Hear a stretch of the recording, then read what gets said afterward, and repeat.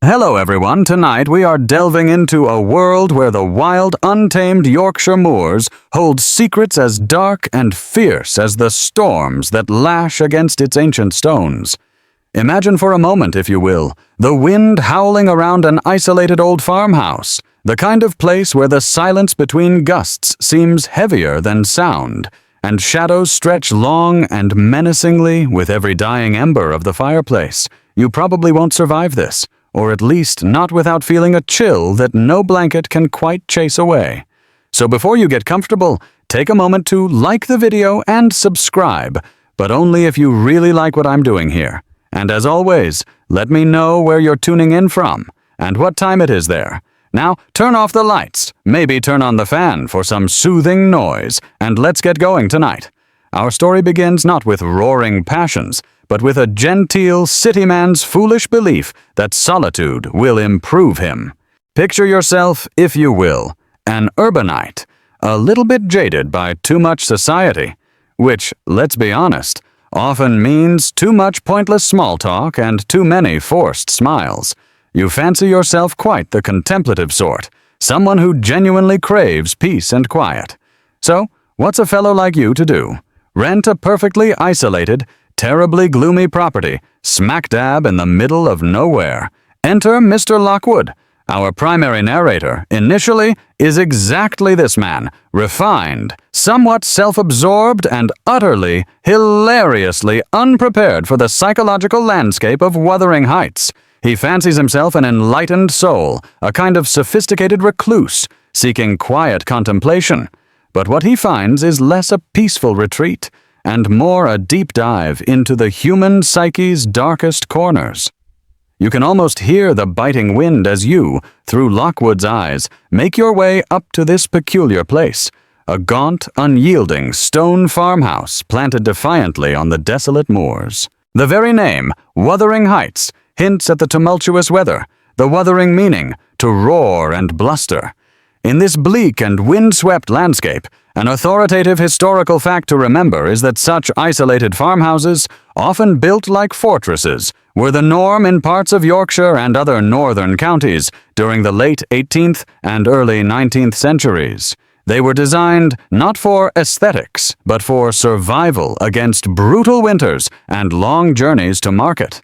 So, our protagonist is essentially moving into a medieval bunker with terrible Yelp reviews for hospitality. As you step through the heavy gate, adorned with a tangle of neglected thorns, no rose bushes here, no manicured lawns, not even a politely trimmed topiary, you're immediately confronted by a master who seems less thrilled about your presence, and more annoyed you've dared to disturb his brooding. This is Heathcliff. And even though he's supposedly your landlord, he treats you with the enthusiasm of someone who's just discovered a rogue snail on their salad. He's dark, rugged, unkempt, and possesses eyes that could, without exaggeration, curdle milk.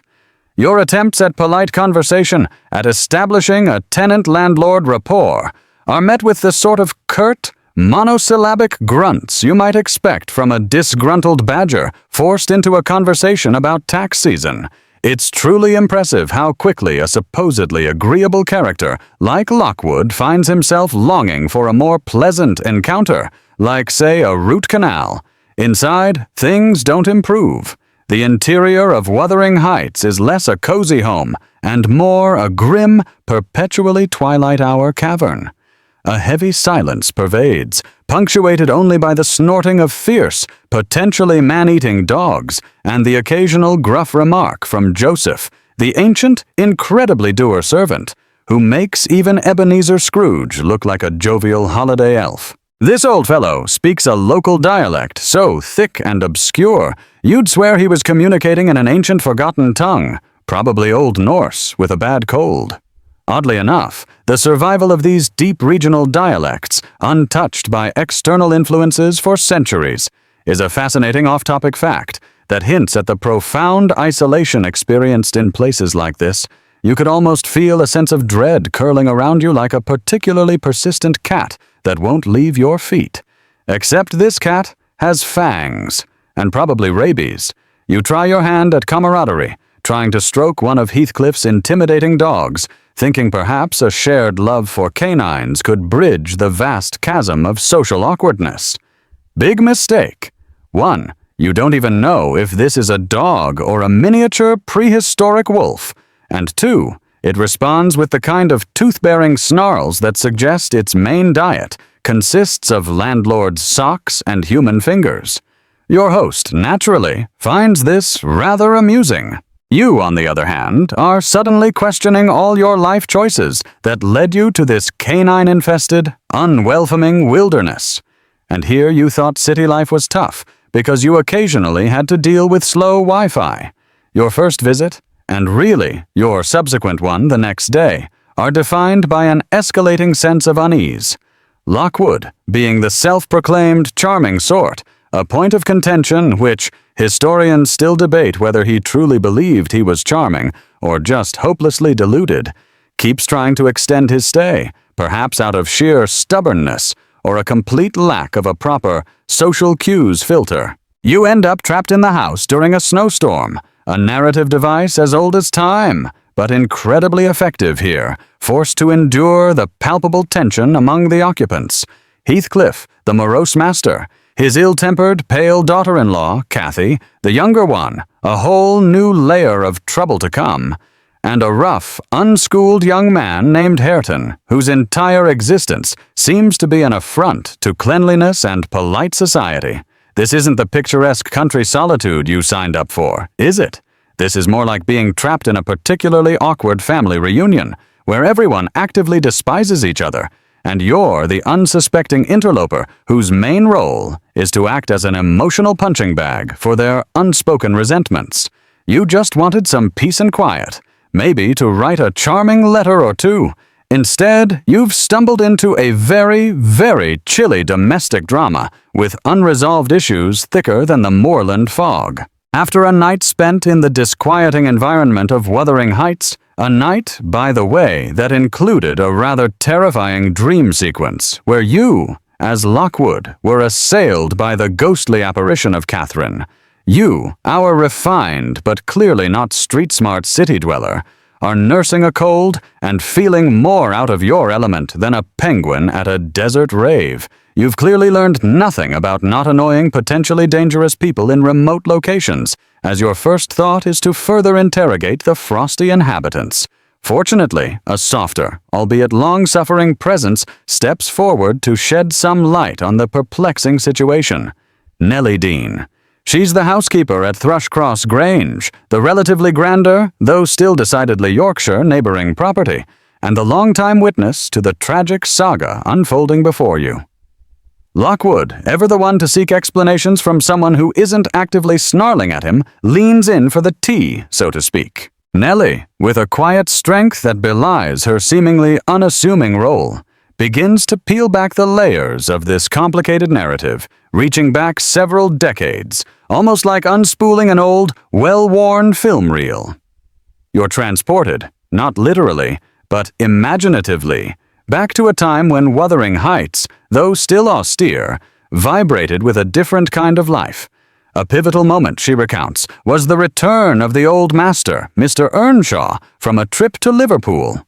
Now, Liverpool, in the late 18th century, was a burgeoning port city, a vital hub for trade, including, sadly, the transatlantic slave trade.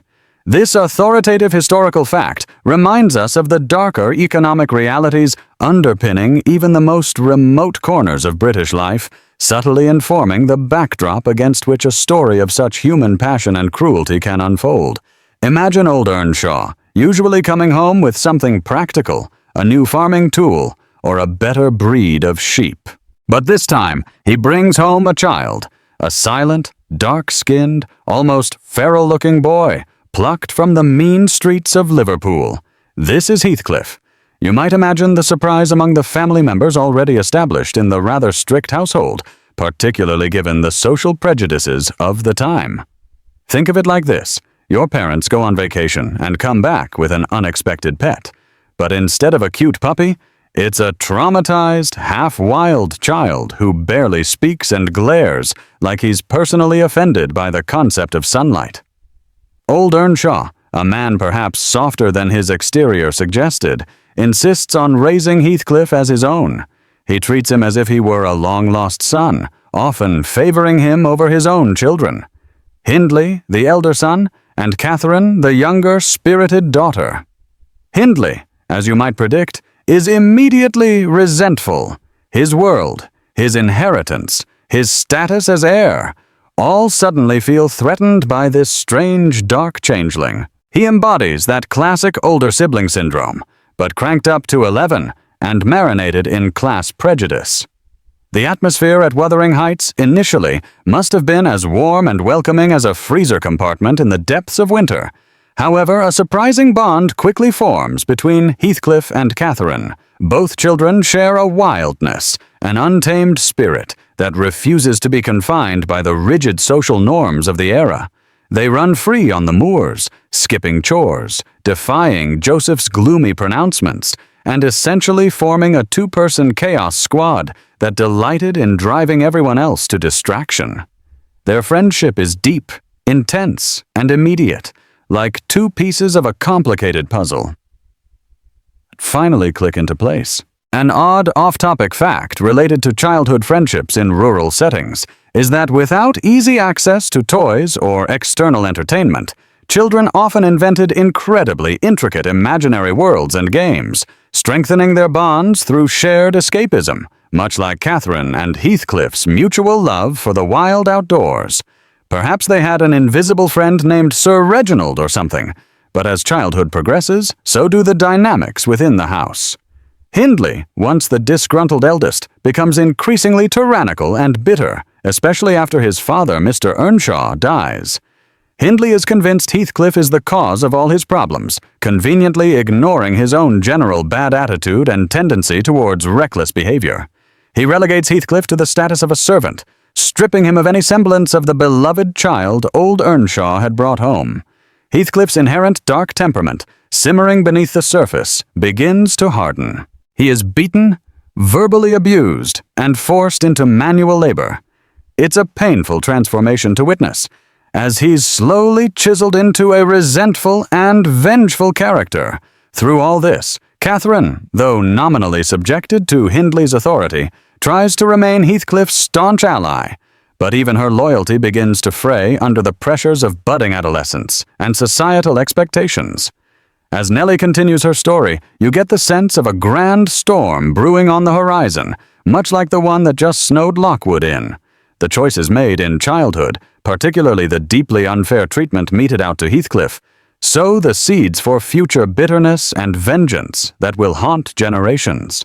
This foundation of childhood trauma and social prejudice is something that historians still debate as to whether it more powerfully shaped Heathcliff's later actions than an innate predisposition to malice. Was he born evil, or was he made so?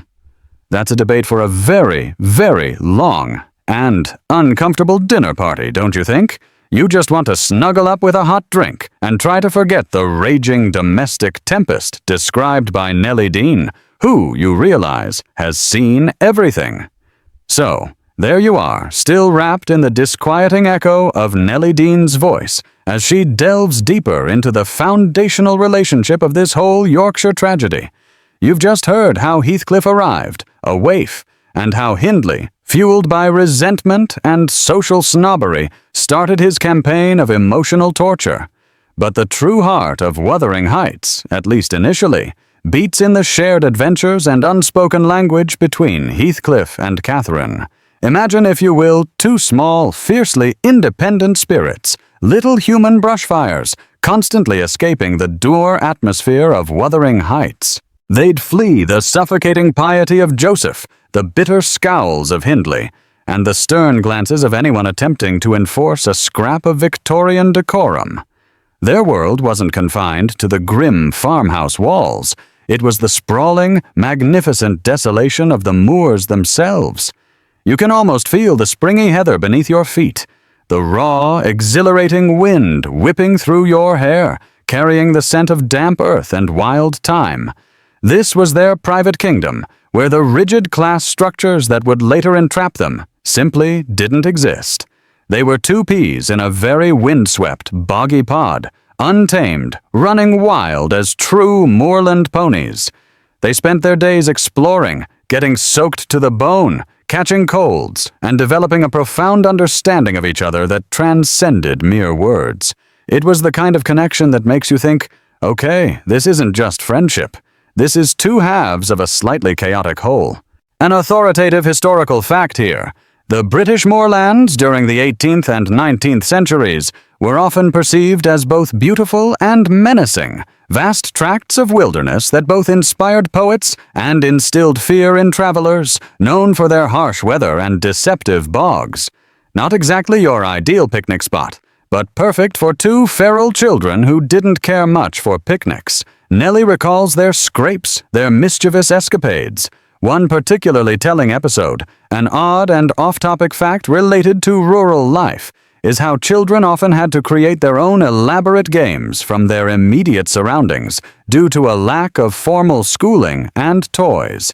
Catherine and Heathcliff excelled at this, crafting entire sagas out of bogland, imaginary castles from rock formations, and fantastical creatures out of swirling mists. They once trudged all the way to Thrushcross Grange just to spy on the posh children, the Lintons, because they literally had nothing else to do. Imagine the level of boredom, or perhaps just boundless curiosity, it takes to walk several miles just to rubberneck at other kids playing in their presumably gilded cages. Their mutual defiance of conventionality, their innate wildness, bound them tighter than any social contract could. Heathcliff loved Catherine with the ferocity of a starving wolf protecting its last meal, and Catherine, for her part, adored him with a fierce, possessive love. They were partners in crime, souls entwined, oblivious, or perhaps defiantly ignorant, to the storm brewing in the outside world that threatened to tear them apart. And then, that storm arrived in a rather polite, genteel package: the Lintons.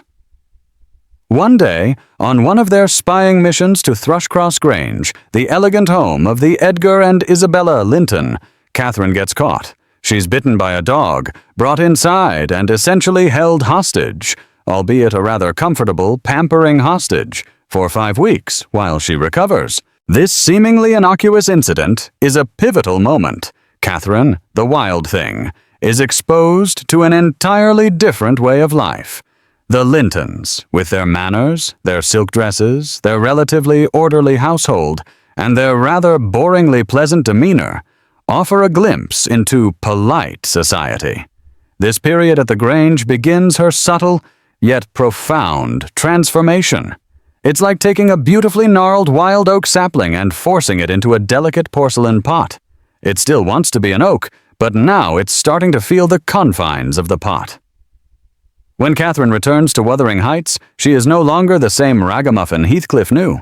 She is groomed, speaks more properly, and tries to appear ladylike. She's still Catherine, but now she's a version with a new veneer. You can practically feel the gut punch Heathcliff experiences. He, still wild, dirty, and suppressed by Hindley, sees his twin soul subtly pulling away. He looks at himself, then at her, and the raw, unfair difference in their fates, their appearance, and their opportunities slams him like a physical blow.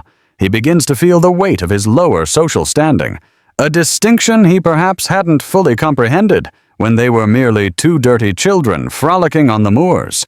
This marks the true divergence. While their hearts might still beat in a furious tandem, their paths begin to pull apart. Catherine tries to straddle two worlds, the passionate, untamed world she shares with Heathcliff, and the more refined, comfortable, and socially acceptable world offered by the Lintons. Her affections for Edgar Linton begin to blossom, perhaps a mix of genuine fondness, convenience, and a deep-seated desire for social elevation. Heathcliff, meanwhile, sinks deeper into isolation, nursing his hurt, transforming from a merely sullen boy into a darkly vengeful one. This gradual alienation, this pulling apart by social forces, is a classic tragedy in the making. Historians still debate whether Catherine truly believed she could have it all by marrying Edgar while retaining her bond with Heathcliff, or if her choice was a desperate, almost misguided attempt to secure a better future while unknowingly sacrificing her very soul. It's like trying to make two completely different genres of music play harmoniously at the same time. One's a wild primal drum circle, the other's a polite string quartet. You can't blame Catherine for being attracted to a warmer house with better clothes, though. Nobody likes being perpetually covered in mud, even if your mud-covered companion is your soulmate. The raw, primal connection between Catherine and Heathcliff, once as inseparable as shadows on the moors, is now truly tested, and the fissure begins to show. You can practically hear the tension thrumming through Wuthering Heights like an over-tightened violin string. Having tasted the relative comforts and refinements of Thrushcross Grange, Catherine finds herself caught between two drastically different worlds, a decision that would eventually doom them all.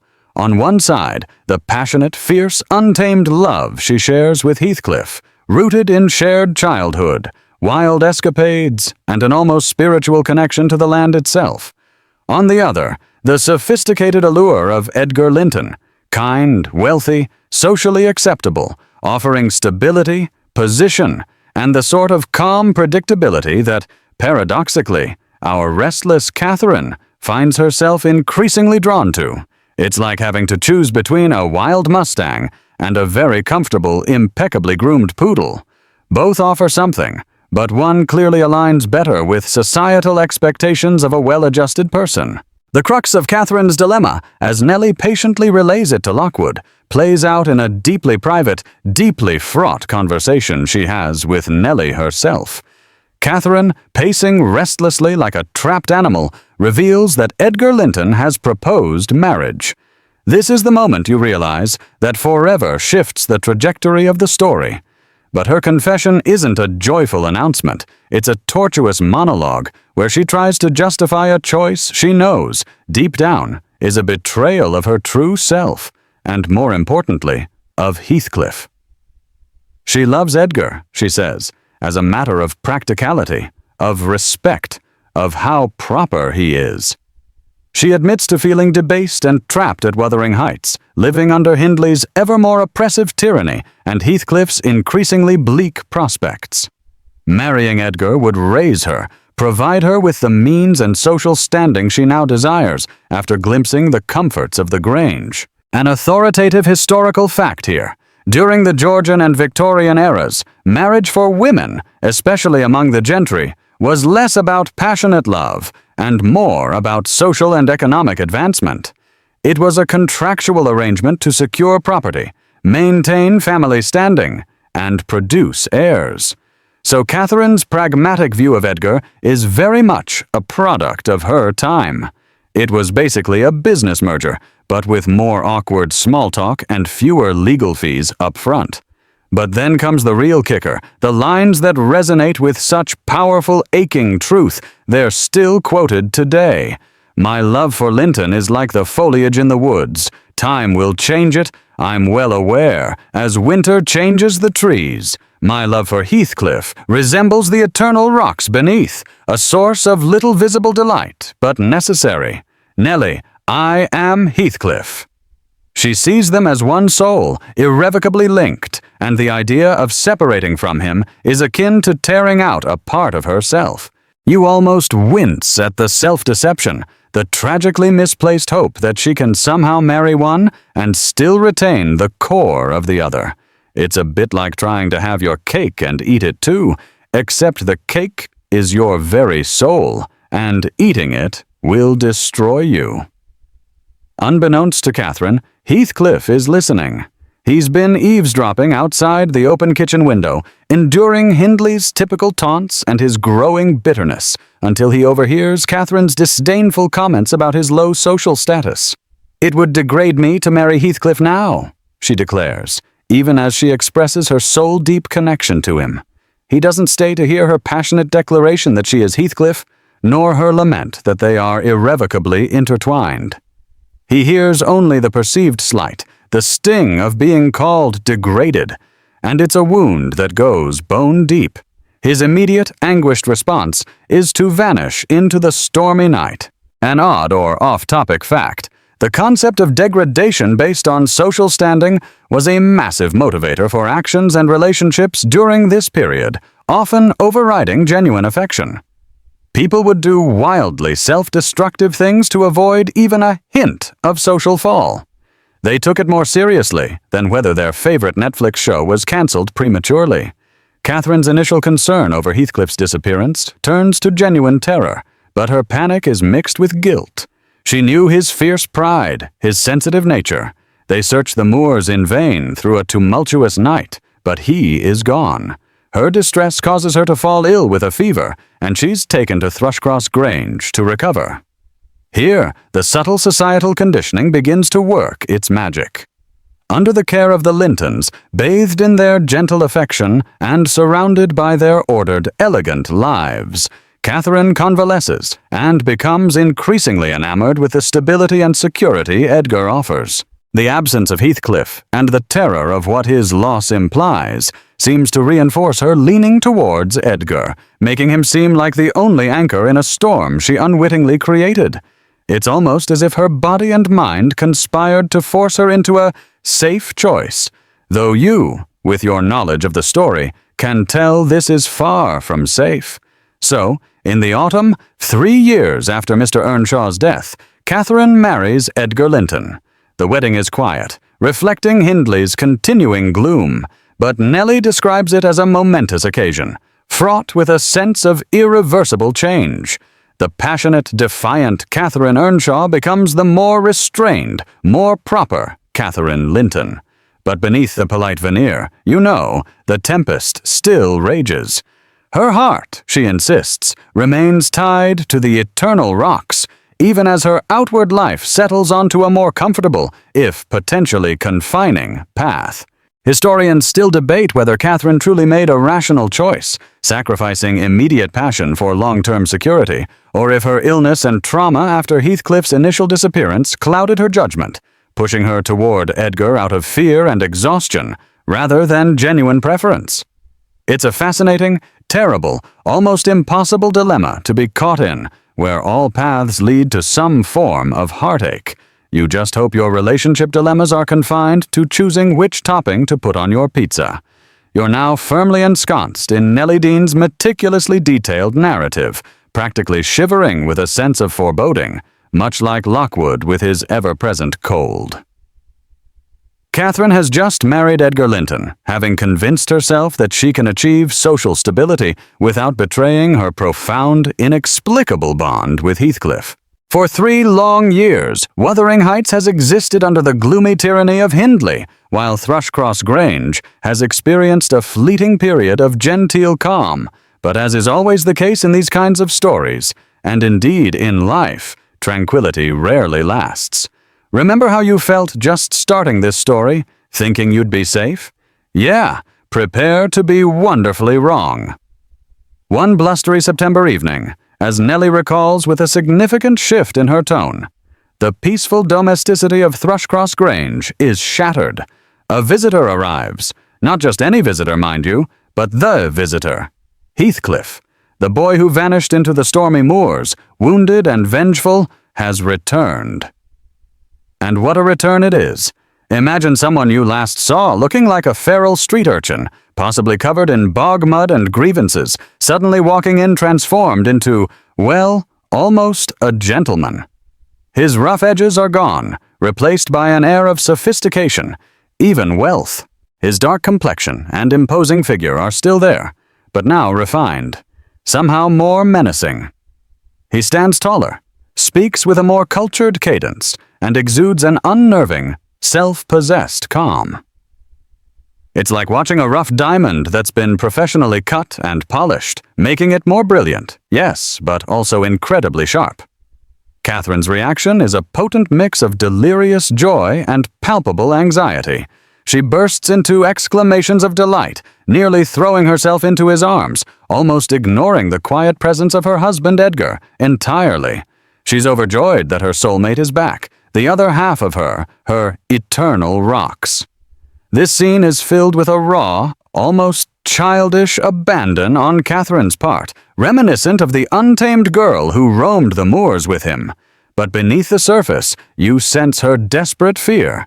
She desperately tries to reconcile her past with her present, to make the two incompatible halves of her life coexist.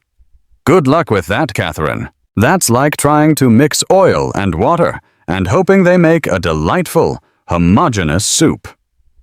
Edgar Linton, however, is a man of precise decorum and genteel sensibilities. His discomfort is immediate and undeniable. He sees a powerful, magnetic stranger, not merely a long-lost friend. He also feels keenly Catherine's almost desperate devotion to this man, which directly contrasts with her calmer affection for him. Edgar is the stable-rooted oak. Heathcliff is the lightning bolt.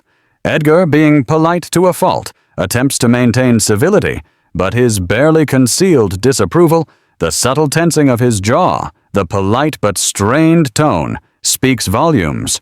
You can practically hear him thinking, "Oh, bother, just when I thought things were going well. Who is this dark, brooding fellow, and why does my wife light up like a Christmas tree in his presence?" This tension highlights a critical authoritative historical fact about society at the time. While emotional ties were acknowledged, strict adherence to social hierarchy and respectability was paramount, especially in polite company. Heathcliff, despite his new polish, represented something outside of Edgar's neatly ordered world, something wild and uncontrollable. Heathcliff, observing the domestic scene with those unnervingly dark eyes, notes the palpable discomfort his presence causes. He is keenly aware of Edgar's subtle contempt and Catherine's conflicting loyalties.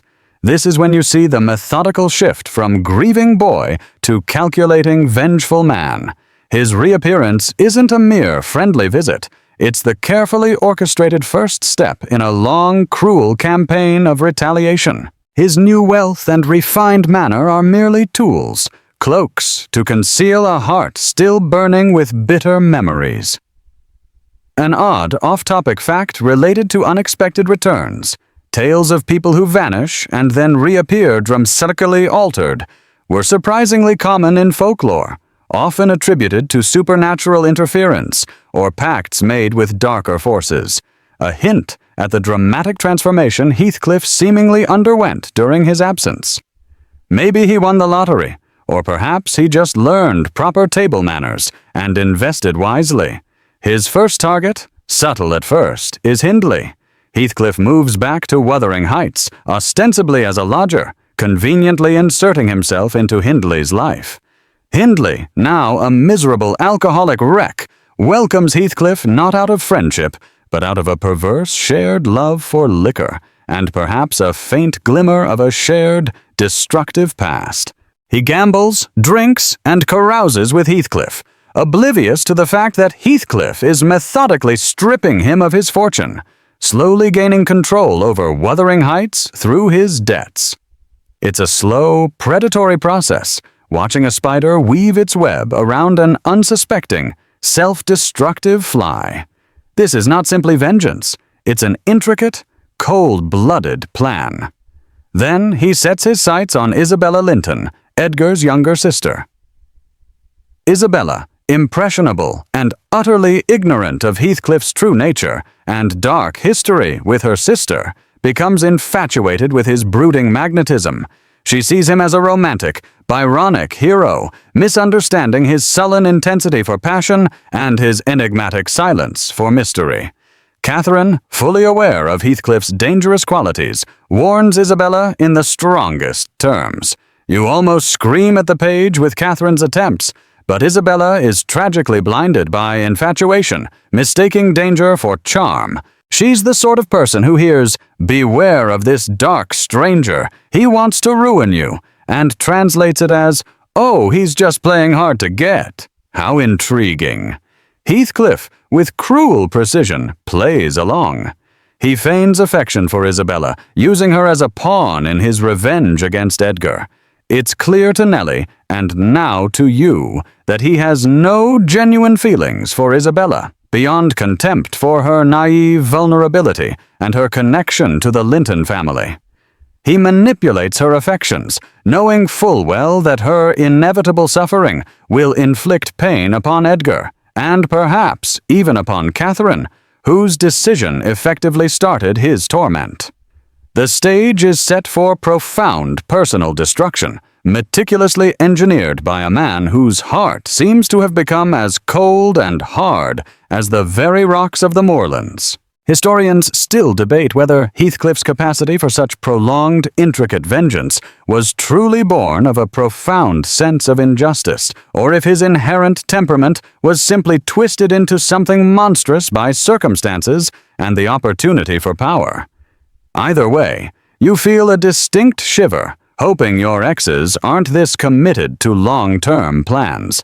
You're watching with bated breath as Nellie's story spirals into ever more turbulent waters.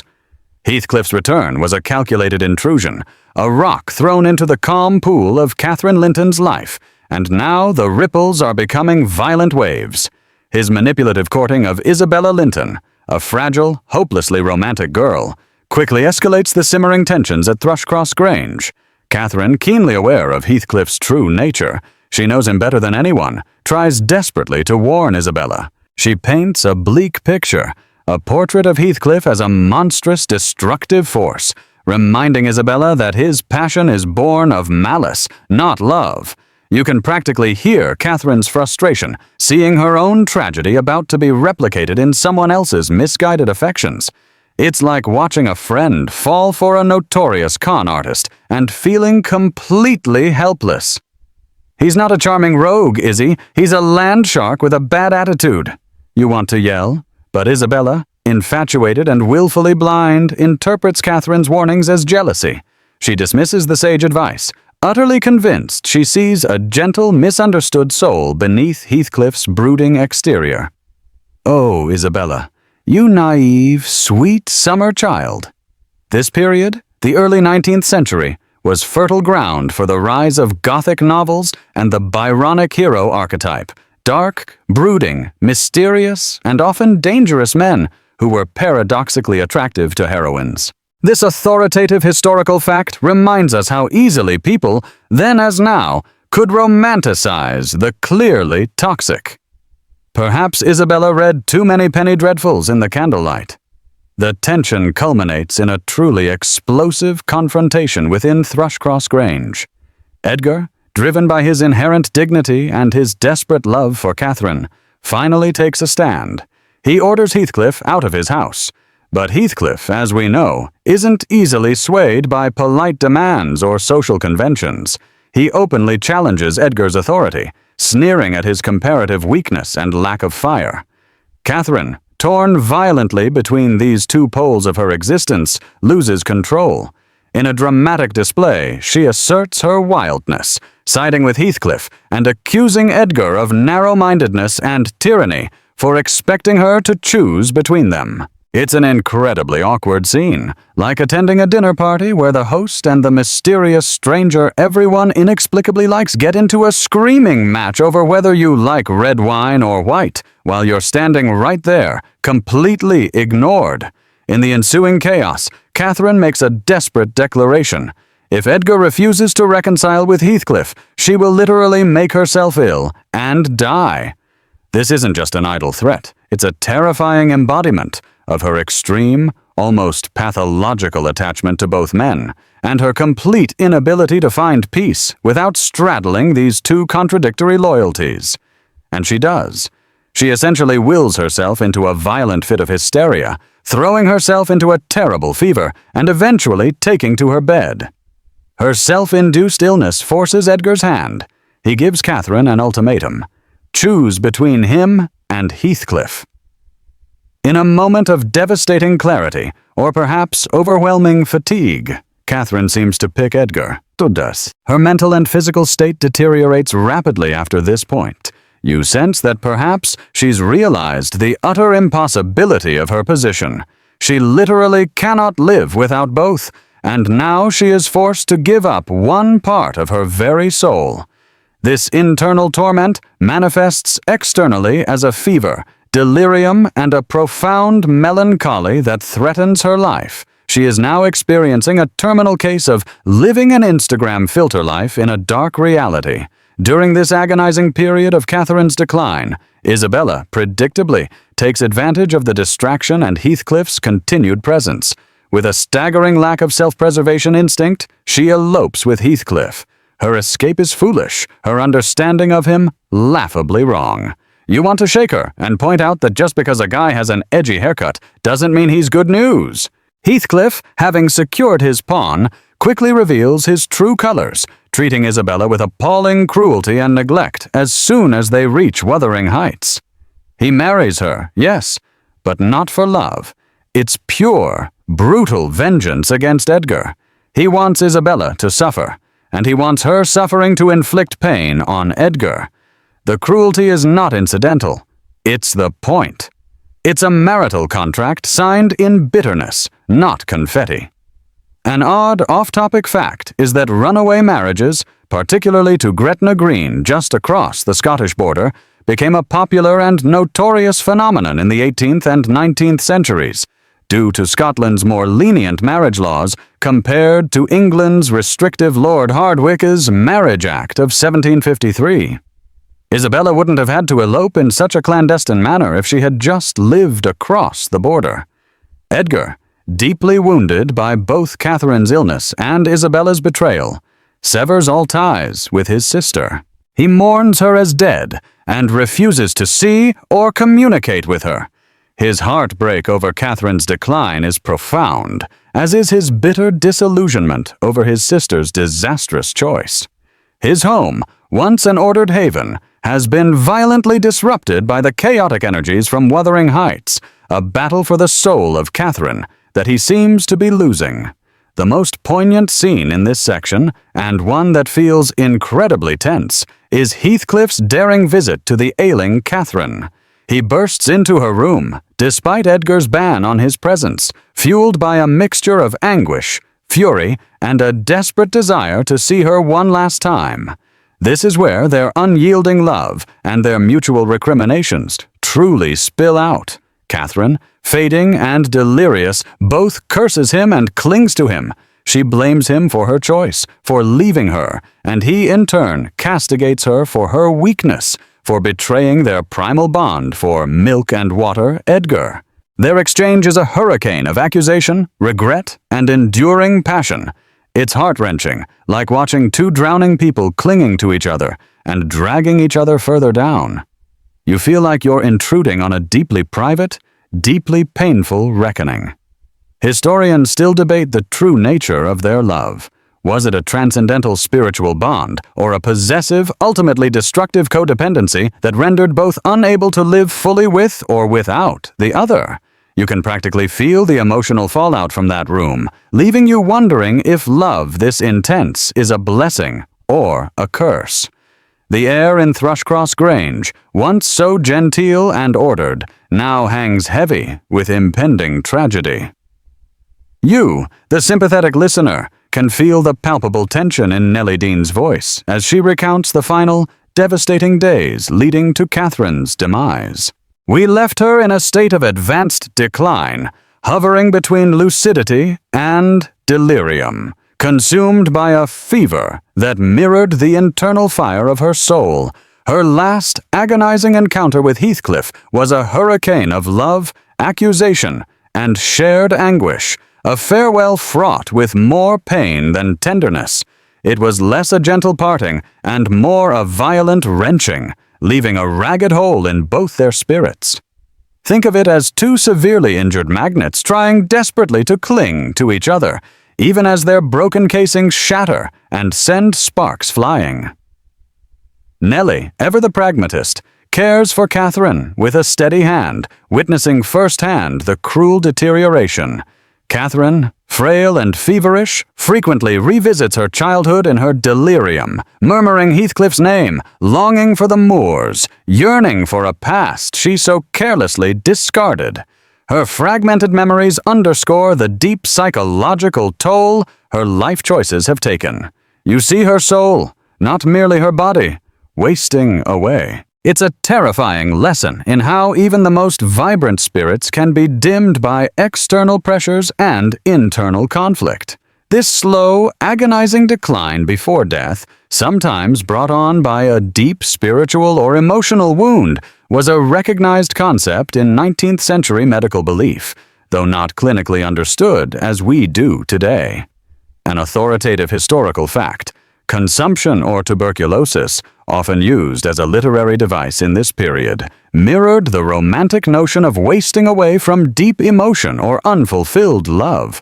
However, Catherine's self-induced decline suggests something even more complex: a refusal to live without the complete integration of her being. She just truly broke her own heart beyond repair. The tragic culmination arrives soon after. Catherine Linton dies a few hours after giving birth to a daughter. Catherine Linton, or Cathy as we will know her, to avoid mass confusion later on. Her death is not quiet. It's a profound, cataclysmic event for those left behind. For Edgar, her devoted, long-suffering husband, it's the shattering of his world, a testament to the fact that his unwavering kindness and respect couldn't mend a spirit determined to tear itself apart. He grieves deeply, retreating further into his solitary sorrow at Thrushcross Grange. You sense his quiet, dignified heartbreak, almost more devastating than the violent passions that defined others. But for Heathcliff, Catherine's death is not just loss. It's an unbearable amputation of his very essence, the primal connection he spent his life defining himself against and yearning for. Nellie, despite her usual composure, recounts his reaction with awe and fear. He pounds his head against an ancient ash tree, cursing, raging, weeping, and begging Catherine's spirit to haunt him, to never leave him, to torment him, rather than let him face emptiness. "Catherine Earnshaw, may you not rest so long as I live," he cries. "You said I killed you, haunt me then." An odd, off-topic fact related to grief rituals. In some ancient cultures, particularly Germanic and Nordic ones, violent expressions of grief, including self-mutilation and ritualized cursing of the deceased, were sometimes practiced as a way to engage with the spirit of the departed and demand their continued presence. Heathcliff is embodying a primeval grief that transcends Christian decorum. He doesn't just want a polite, fleeting spectral visit, does he? He wants a full-blown, ghostly, squatting arrangement. This desperate plea is crucial. He doesn't want peace. He demands her presence, even in spiritual form, a perverse manifestation of his absolute devotion and eternal possessiveness. This is a love so immense and unyielding, it curdles into obsession, consuming his entire being. He feels utterly, irrevocably damned without her. The very air, the earth, the stones of Wuthering Heights seem to vibrate with his immense, desolate sorrow and fury. You imagine the very wind across the moors, echoing his anguished cries. The immediate aftermath of Catherine's death highlights the stark contrast between Edgar and Heathcliff. Edgar mourns quietly, respectfully, withdrawing into himself with his infant daughter as his only comfort. He creates a peaceful, sheltered existence for little Cathy, hoping to protect her from the turbulence that destroyed her mother. He wishes her spirit peace, for her to rest in heaven. Heathcliff, however, wants her eternal torment and her eternal presence, even as a phantom. He buries himself in his grief, fueled by the conviction that she is perpetually just out of reach. This distinct difference in coping mechanisms, one seeking closure, the other craving constant spiritual torment, further defines the unique horror of Heathcliff's love. Historians still debate the specific psychological conditions Heathcliff exhibited during this period of grief. Was it clinical depression, pathological obsession, or a deep-seated spiritual anguish that manifested as emotional vampirism? One thing's for sure, it wasn't good for his liver or his ability to attract new friends. Adding to the chaos, Isabella, having suffered unspeakable cruelty at Heathcliff's hands at Wuthering Heights, her brief letter to Nellie describing his appalling abuse serves as a chilling testament to his deliberate sadism, escapes his clutches shortly after Catherine's death. Pregnant, fleeing from the monster she foolishly married, she manages to get to London and give birth to a son, whom she names Linton. She dies 13 years later, freeing her young son to be, unknowingly, another pawn in Heathcliff's continuing reign of vengeance. The cyclical nature of suffering is beginning to manifest. New generations are being born into the destructive legacies of their parents' choices and Heathcliff's unwavering malevolence. It's like watching a train crash in slow motion, except the train cars keep spawning new passengers, all heading for the same unfortunate collision. You're beginning to wonder if a quiet, comfortable life is even possible on these bleak moors. With Catherine's passing, a mournful echo settling over the moors like a perpetual fog, Heathcliff's immense grief, rather than diminishing, curdles into an even more potent, all-consuming drive for revenge. You might imagine that with the object of his torment dead, he would find some twisted form of peace. Instead, the void left by Catherine's absence transforms him from a man in anguish to a man fueled by calculated malevolence. He doesn't just want vengeance anymore. He wants a full, delicious feast of suffering, served cold, to anyone he holds responsible for his unbearable loss. This is no longer simply about Catherine. It's about power, control, and the complete destruction of everyone connected to those who wronged him, starting with the two houses, Wuthering Heights and Thrushcross Grange. It's like watching a heartbroken villain from a movie finally decide, you know what? I'm done playing nice. Time to get extreme. His immediate and most obvious target is Hindley Earnshaw, Catherine's brother, who so cruelly debased him as a child. Hindley, by this point, is an absolute mess, utterly consumed by alcoholism and gambling addiction. Heathcliff has, through sheer cunning and ruthless manipulation, already leveraged Hindley's vices to gain significant financial control over Wuthering Heights. Now, the mask fully drops.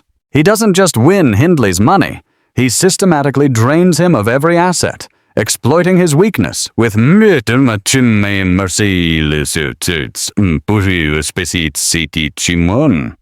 Heathcliff essentially plays a long-con poker game where the stakes are Hindley's entire inheritance and dignity, and Hindley, drunk and deluded, keeps raising.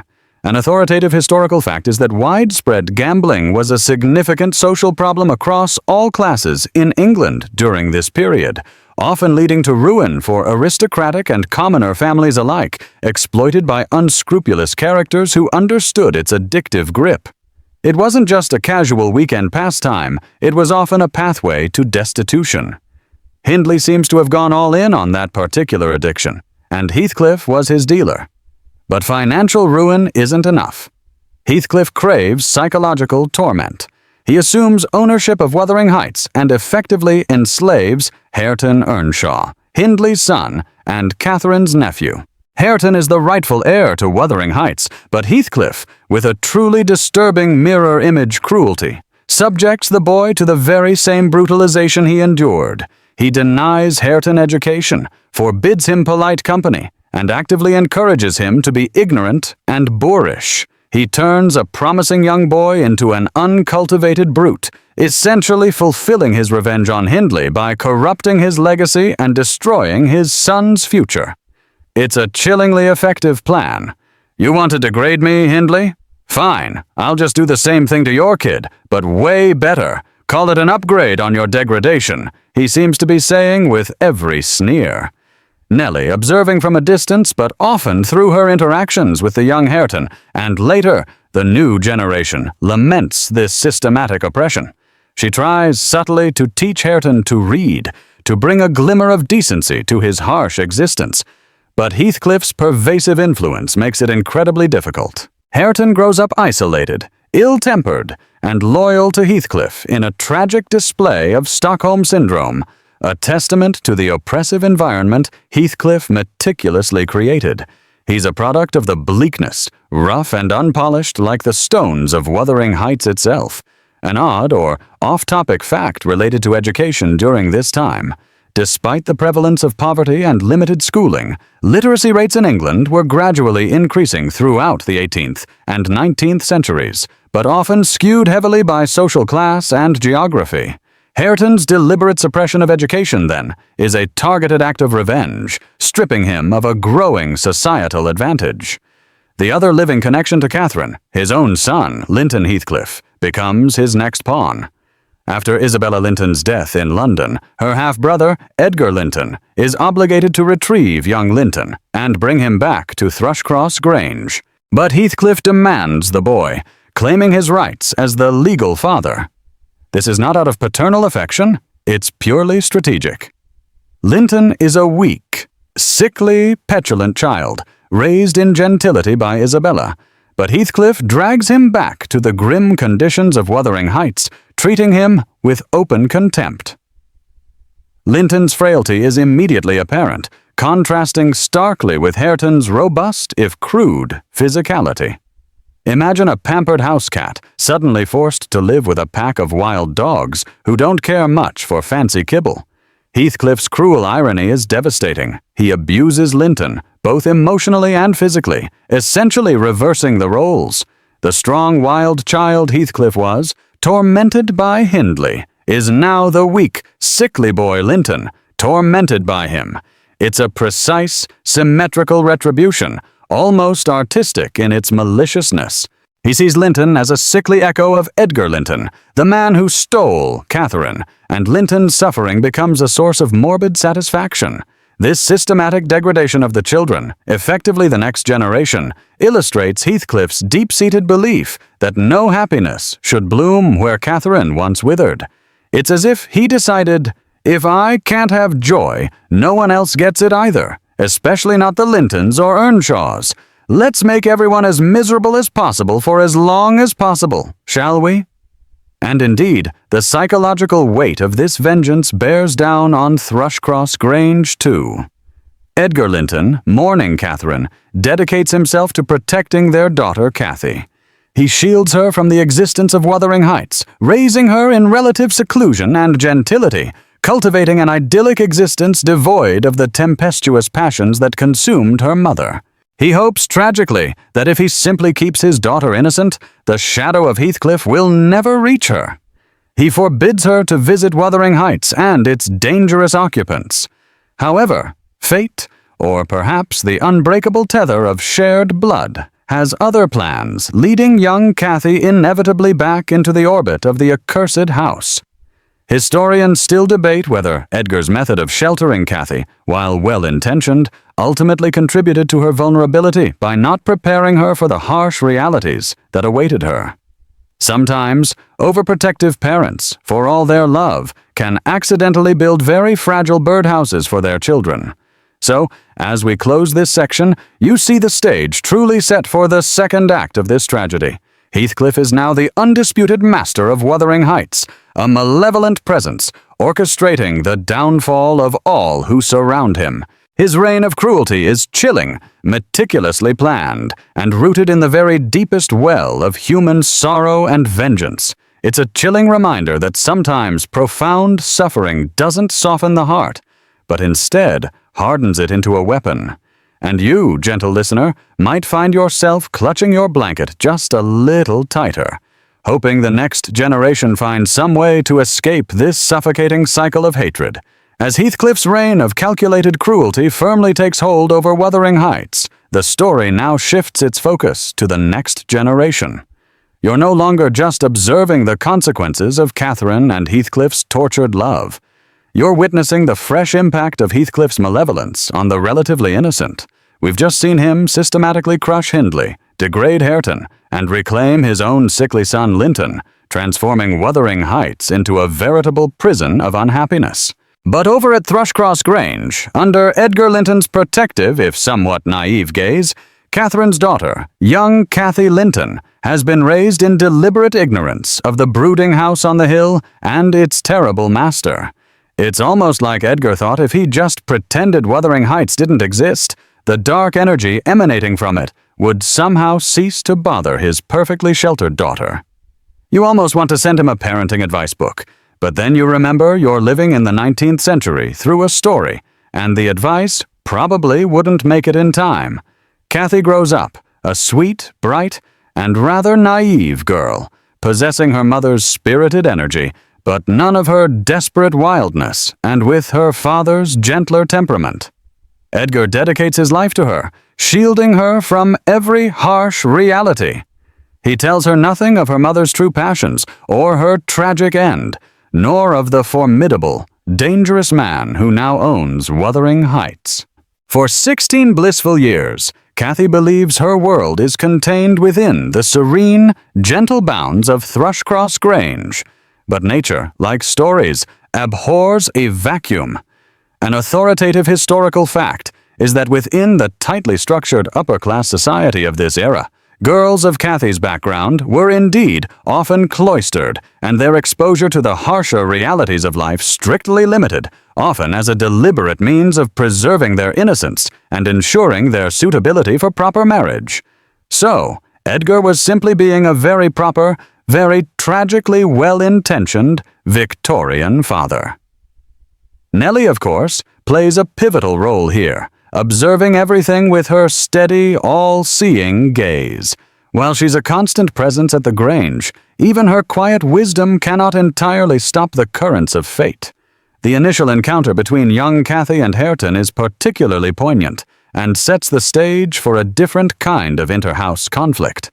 Kathy, on a forbidden foray onto the moors, stumbles upon Wuthering Heights, probably just following a particularly fluffy sheep or something equally innocent, and meets Hareton.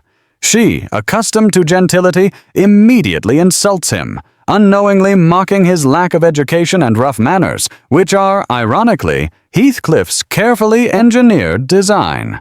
Hareton, for his part, reacts with rough, bewildered resentment. It's a sadly typical first meeting, misunderstanding, and inherited prejudice. He's her older male cousin, rightful owner of the very house he serves, and she, unknowingly, treats him like a simple stable boy. Ouch! The narrative truly pivots, however, when Linton Heathcliff re-enters the story, taken by Heathcliff from Edgar. Linton, fragile, sickly, and utterly spoiled by his mother, is now under Heathcliff's iron thumb at Wuthering Heights. Heathcliff, with a truly depraved form of manipulation, begins to push for a match between his weak, petulant son and Kathy. His goal isn't happiness for anyone, particularly not his son, whom he openly despises. No, his aim is simple and chilling: to gain ownership of Thrushcross Grange through marriage, uniting both properties under his control and effectively seizing what he perceives as Edgar's final triumph and Kathy's rightful inheritance. This is financial opportunism masked as paternal concern, a level of corporate villainy rarely seen outside of particularly dramatic legal thrillers. Yes, son, you're fragile, dying and irritating, but you're useful for real estate purposes. Think of it as your legacy, he practically thinks. Young Kathy, perhaps a bit bored with the dull safety of the Grange, and naturally curious about her cousins, is initially drawn to Linton by his apparent helplessness and fragile beauty, contrasting sharply with Hareton's coarseness. She sees him as someone to pity, someone to care for, perhaps even someone she can fix.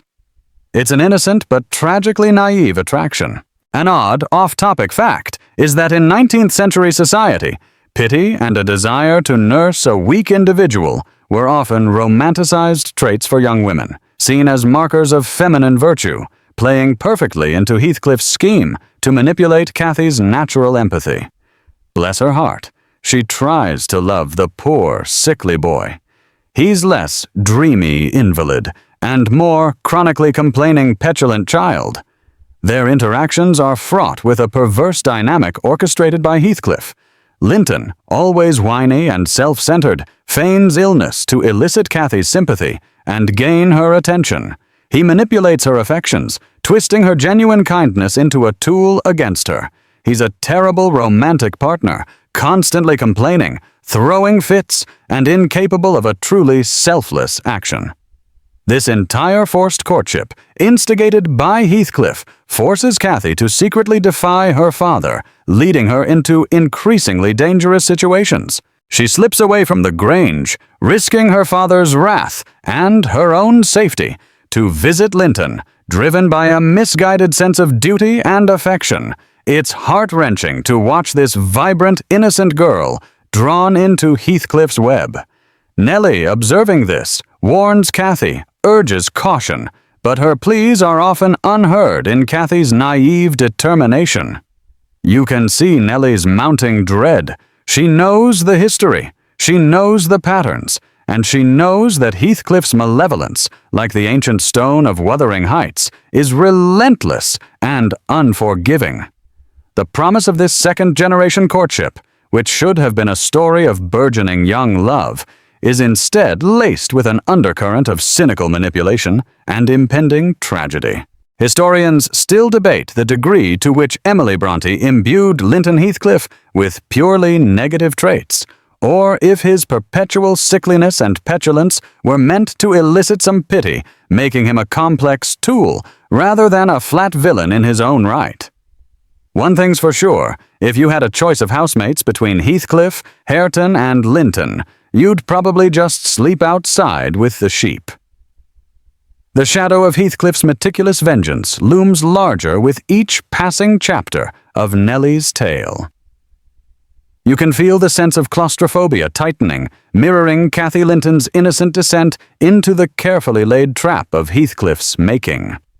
Her furtive meetings with the sickly, whiny Linton Heathcliff, visits often characterized by Linton's ceaseless complaining and Cathy's earnest but increasingly exasperated attempts to cheer him up, are paving the way for the forced union that Heathcliff so desperately desires. It's less a budding romance and more a calculated extraction, with Cathy as the unwitting prize. You just want to give Cathy a firm talking to about red flags, but then again, in the 19th century, dating apps weren't really an option, and the pool of available suitors in remote Yorkshire was probably limited to, 4 people and a very old shepherd. Edgar Linton, now frail and increasingly unwell himself, is fiercely protective of Cathy, his last tether to happiness and the memory of Catherine. He tries to shield his daughter, forbidding her to visit Wuthering Heights.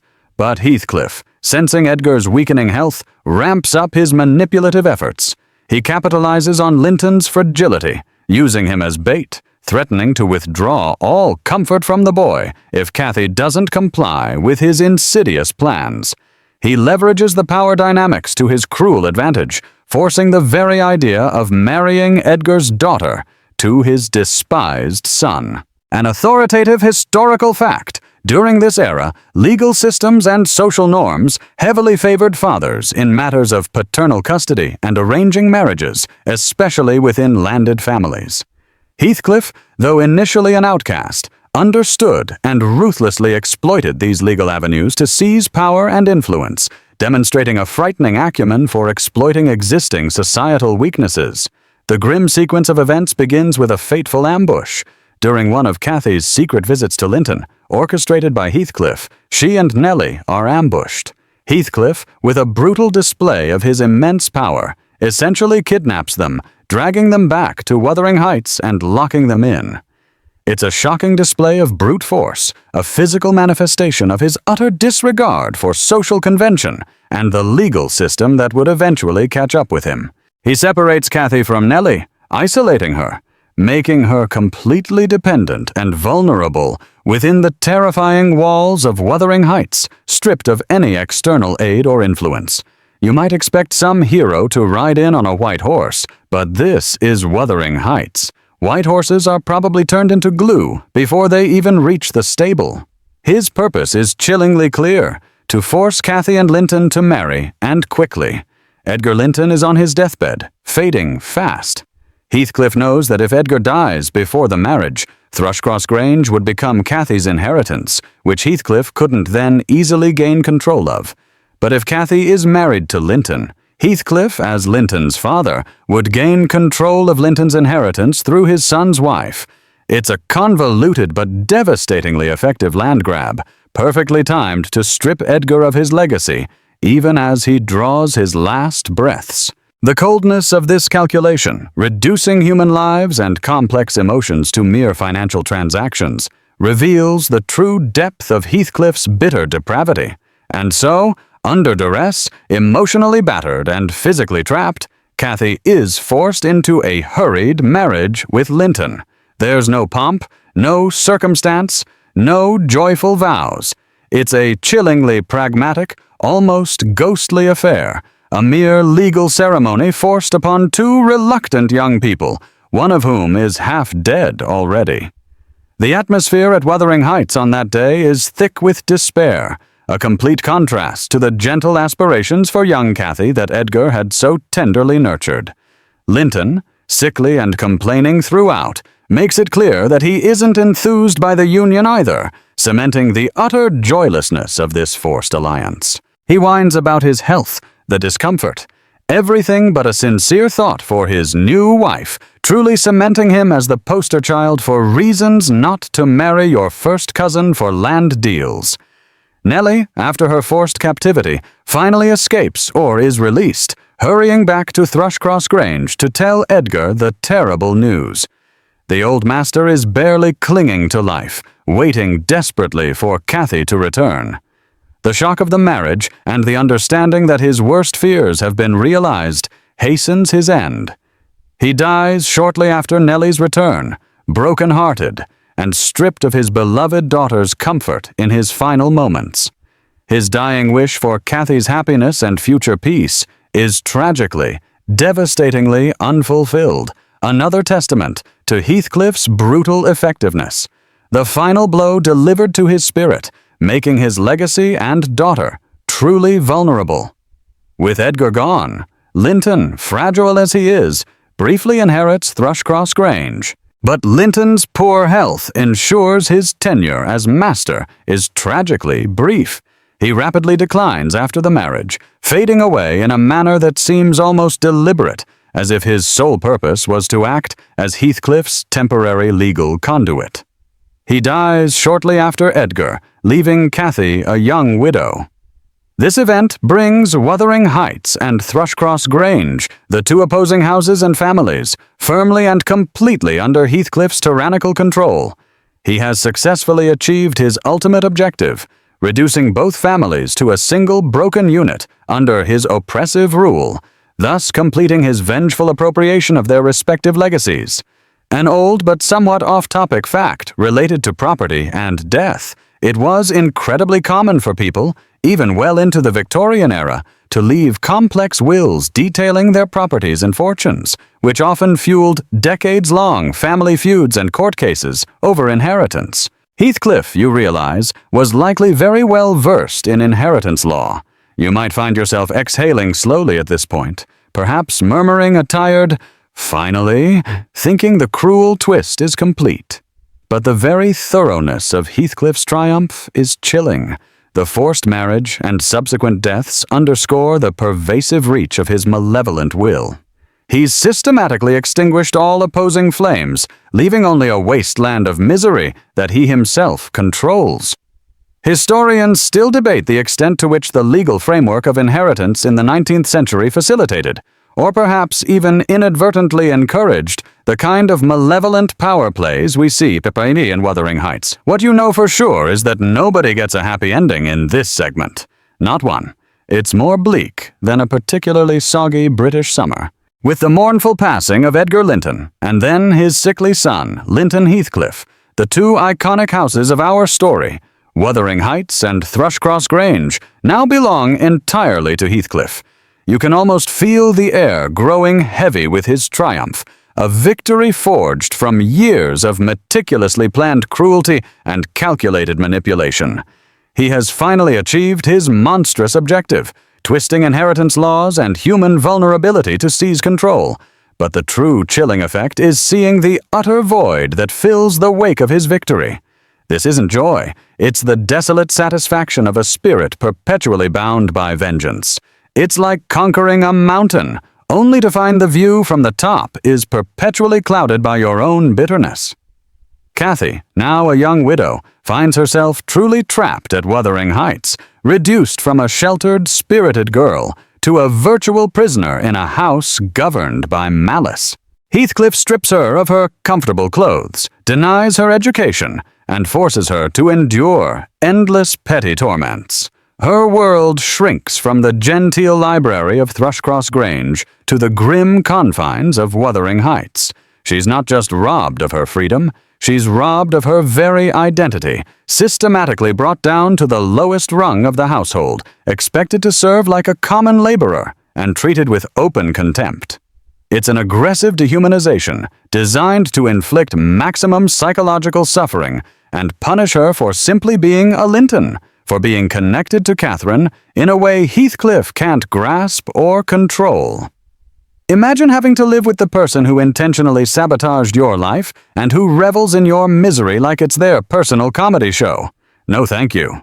Hareton, also suffering under Heathcliff's oppressive regime, is unwittingly a participant in Cathy's humiliation. Having been denied education and exposed to only the coarsest forms of communication, he remains largely unschooled, speaking a rough dialect that further isolates him from Cathy's educated manners. Cathy, initially, responds to Hareton with condescension, mirroring the very class-based snobbery that Heathcliff used to crush his father. She mocks his ignorance and uncouth appearance, unknowingly continuing the cycle of abuse Heathcliff has fostered. It's a tragic testament to the corrosive nature of prejudice. Cathy, herself a victim, unintentionally inflicts pain by her ingrained perceptions of social hierarchy. She even rubs it in a little, teasing him about his inability to read or write, which, let's be fair, is an easy jab. This emphasis on literacy and social mobility was an emerging theme in 19th century Britain, where basic education could significantly impact one's prospects. An authoritative historical fact is that education reform movements were gaining traction, recognizing the profound social divide created by literacy levels. So Hareton's ignorance is a deliberate symbol of Heathcliff's desire to keep him down. Nellie Dean, the faithful, pragmatic narrator, eventually moves to Wuthering Heights, too, her role as keeper of Thrushcross Grange now obsolete. Her presence is a source of quiet strength and occasional solace for Cathy. She tries to mediate, to protect, to offer some scraps of comfort, but her efforts are constantly thwarted by Heathcliff's watchful eye and relentless malevolence. She attempts to rekindle Hareton's desire for education, trying to teach him the basics, hoping to give him a key to break free from his deliberate ignorance. It's a subtle act of rebellion, a small beacon of hope in an otherwise overwhelmingly bleak landscape. This quiet resistance to the overarching tyranny provides a brief flicker of agency, a tiny fire in the eternal darkness. Heathcliff's obsession with Catherine, far from lessening, has intensified, becoming a pervasive and disturbing madness. He finds a chilling satisfaction in looking at Cathy because she physically resembles her mother, especially her eyes, reminding him both of his lost love and her betrayal. This eerie resemblance both torments him and drives him further into his psychological prison. He doesn't see Cathy as an individual. He sees a ghostly echo, a perverse proxy for his torment. An odd, off-topic fact related to artistic representations of grief. During the Victorian era, post-mortem photography was a common, if morbid, practice, where the deceased were sometimes posed to look alive. This grim aesthetic captures a sliver of Heathcliff's distorted desire to eternally capture a semblance of his beloved Catherine. He probably wishes he had a selfie stick and could filter his face right onto Catherine's old one. The sheer psychological pressure within Wuthering Heights, governed by Heathcliff's unwavering, oppressive presence, becomes unbearable.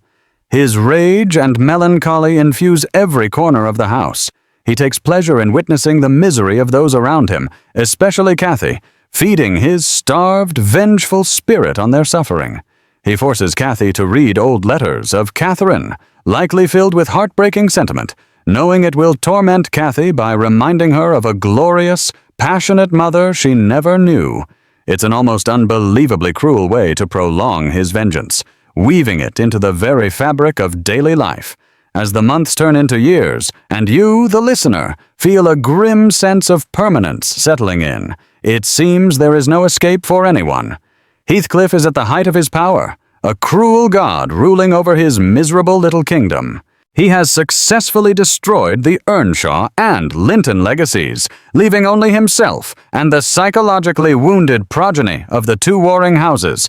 It appears his torment will stretch indefinitely, but even the darkest storms eventually break. You get a sense, a fleeting tremor, that Heathcliff's obsessive torment is beginning to wear him down rather than merely strengthening him. He is not just inflicting suffering, he is profoundly isolated and suffering himself, a living monument to his own devastating loss. Historians still debate whether Heathcliff's unrelenting malevolence can be primarily attributed to deeply rooted trauma and grief, or if he ultimately represents a character who chooses evil in response to suffering, thus possessing a certain moral culpability beyond mere circumstance.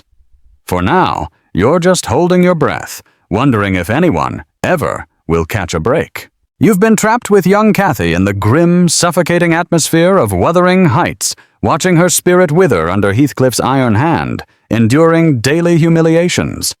It seems a hopeless situation, a perpetual gray fog smothering any flicker of happiness. Yet, even in the darkest corners of a moorland storm, a tiny crack can appear, allowing a sliver of light to filter through. And that crack, surprisingly, comes not from any outside intervention, but from within the house, from the least likely of individuals, Hareton Earnshaw. You might recall him as the crude, uneducated, rough-hewn product of Heathcliff's cruel manipulation, scorned by Cathy for his perceived ignorance. Remember how Cathy, ironically, acted rather snobbish towards him? Well, get ready for a narrative twist. Initially, their interactions are fraught with hostility.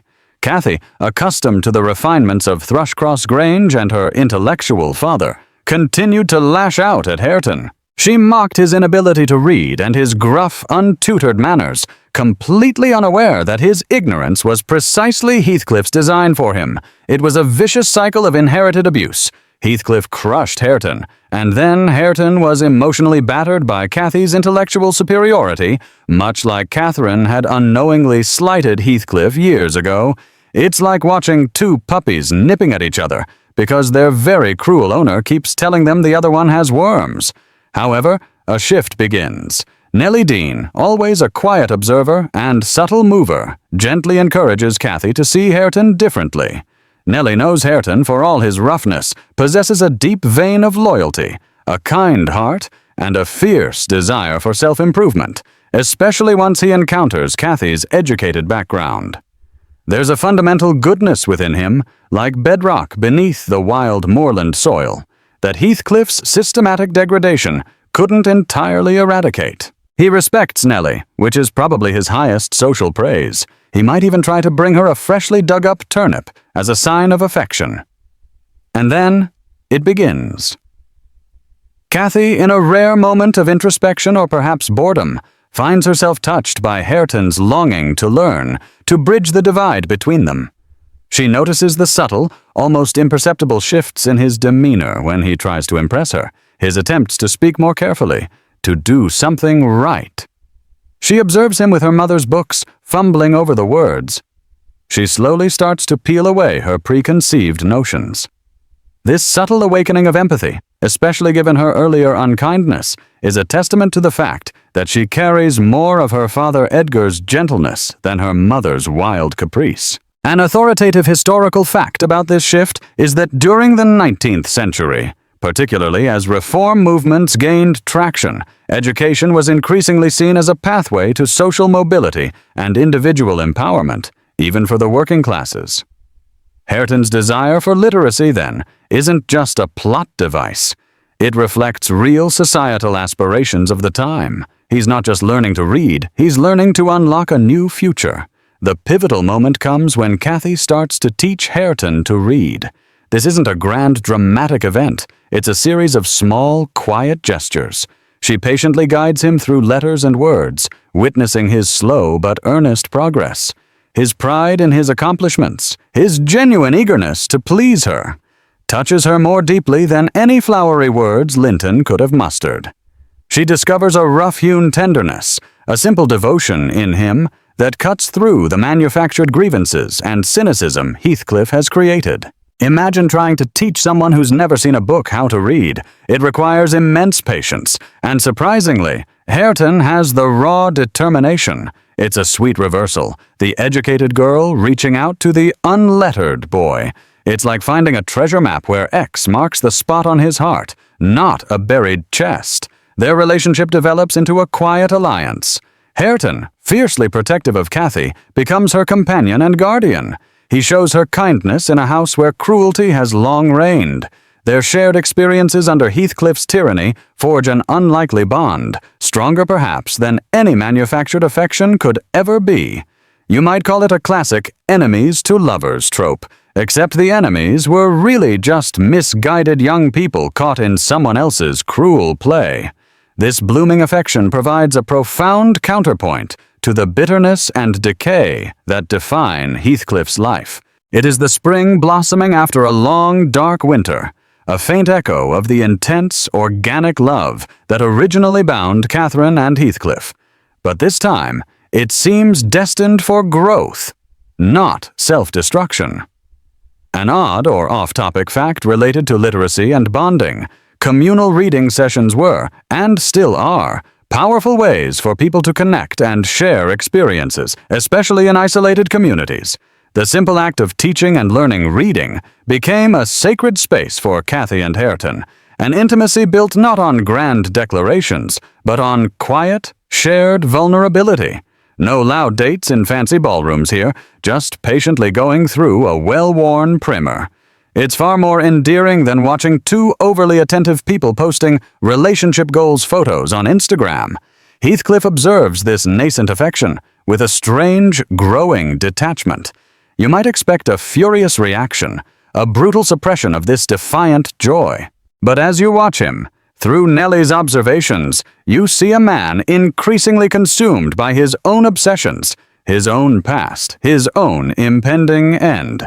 He is almost too wrapped up in his memories, particularly those of Catherine, to exert his usual meticulous cruelty on Hareton and Kathy.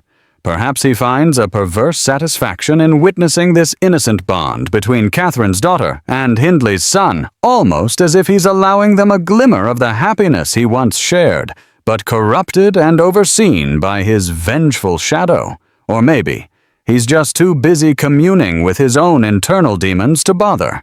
The burgeoning relationship between Kathy and Hareton promises a chance at breaking the cycles of hatred and abuse that have plagued Wuthering Heights. Their affection isn't based on grand declarations or passionate turmoil. It's rooted in shared understanding, quiet growth, and a profound acceptance of each other's flaws, perhaps indicating a healthier, more sustainable love than Catherine and Heathcliff's fiery codependency. They are, in a way, redeeming the broken lineages, offering a peaceful resolution where the passionate storm had brought only destruction. Historians still debate whether Bronte truly intended for Kathy and Hareton's quieter love story to represent a moral or emotional superiority over Catherine and Heathcliff's tumultuous bond, or if it merely serves as a practical, enduring alternative in a world incapable of handling intense, untamed passion. You, watching the story unfold, can just appreciate that for once, something vaguely pleasant is happening, and it's not being immediately ruined by a ghostly apparition or a cruel landlord. Finally, a small sigh of relief. As Kathy and Hareton's quiet connection begins to blossom, a tiny, almost imperceptible seed of hope sprouting in the desolate landscape of Wuthering Heights, a parallel narrative unfolds. Heathcliff's unraveling.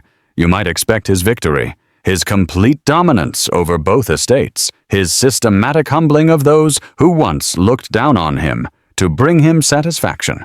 But the narrative deftly shows you that his reign of terror hasn't brought him peace. Instead, it has only intensified his long-simmering torment, transforming his bitter malevolence into a peculiar, almost ghostly detachment. His obsessive love for Catherine, long buried under layers of vengeance, is now violently resurfacing, eclipsing all else.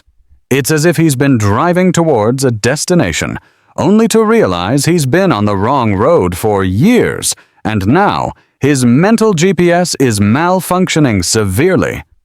Heathcliff begins to neglect his material gains and his ongoing schemes.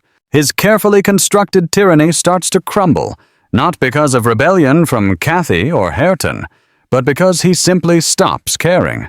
His once meticulous cruelty gives way to a profound disinterest. The abuse he'd so readily heaped upon Hareton, the petty torments he inflicted on Cathy, they cease to hold his attention. He stares through them, consumed by internal visions and dialogues. He might just forget to tell Hareton to muck out the stables, not out of kindness, but because he's too busy arguing with a ghost in his own head. His increasingly erratic behavior manifests as a morbid fascination with the dead Catherine. He insists on opening her coffin to gaze upon her remains, even as Nellie tries to dissuade him, perhaps because she's afraid he'll get a ghost-sized contact high, or simply because it's deeply disturbing. He orders the sexton to clear half the coffin so he can be buried next to her, literally blending their remains.